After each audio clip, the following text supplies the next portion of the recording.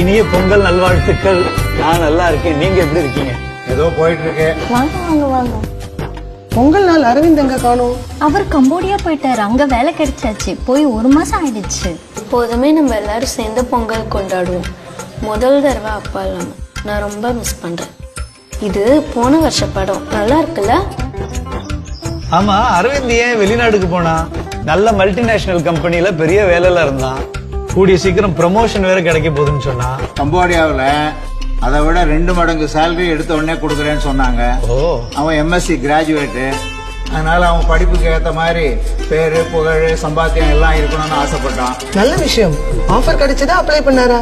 இல்ல, அவர் ஒரு ஏஜென்ட்டை மீட் பண்ணாரு. அந்த ஏஜென்ட் இவரோட சிவியை பார்த்துட்டு உடனே ஓகே சொல்லிட்டாரு. நிறைய சம்பளத்தோட வேலை இருக்குன்னு சொன்னாரு. அதனால அரவிந்த் உடனே ஓகே சொல்லி கிளம்பிட்டாரு. அடுத்த பொங்கல் அப்ப இதை விட ரொம்ப சிறப்பா இருக்குன்னு சொல்லுங்க. கண்டிப்பா அடுத்த வருஷம் வந்து பாருங்க.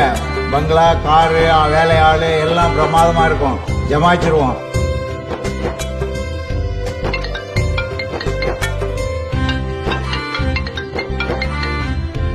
ஹாய்ப்பா, ஹாப்பி பொங்கல்.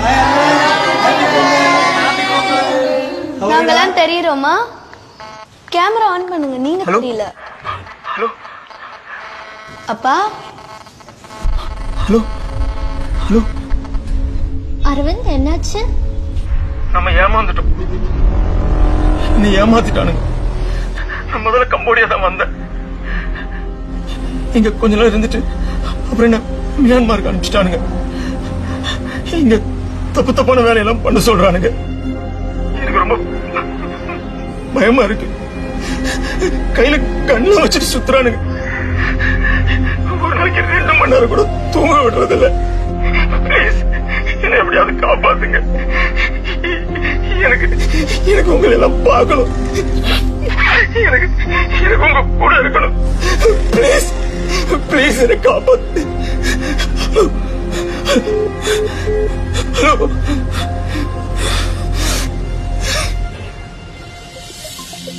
பல வழக்குகளில் இதுவும் ஒன்று. வெளிநாட்டில் வேலை செய்வது, அதிக சம்பளம் வாங்குவது மற்றும் ஆடம்பரமான வாழ்க்கை வாழ வேண்டும் என்ற எண்ணம் குறுக்கு வழிகளை கண்டறியவும் சந்தேகத்திற்குரிய முகவர்களுடன் தொடர்பு கொள்ளவும் மக்களை தூண்டுகிறது. ஒரு முறை இரையாகிவிட்டால் எல்லாம் பொய் என்பதை உணர்ந்து கொள்கிறார்கள். அவர்களின் வாழ்க்கை என்றென்றும் மாறுகிறது. பணம் சம்பாதிப்பதற்காக தெரிந்தே இத்தொழிலில் இறங்குபவர்களும் இருக்கிறார்கள். இது சட்டவிரோதமானது. புத்திசாலியாக இருங்கள். பேராசையால் உங்கள் வாழ்க்கையை சீரழிக்காதீர்கள்.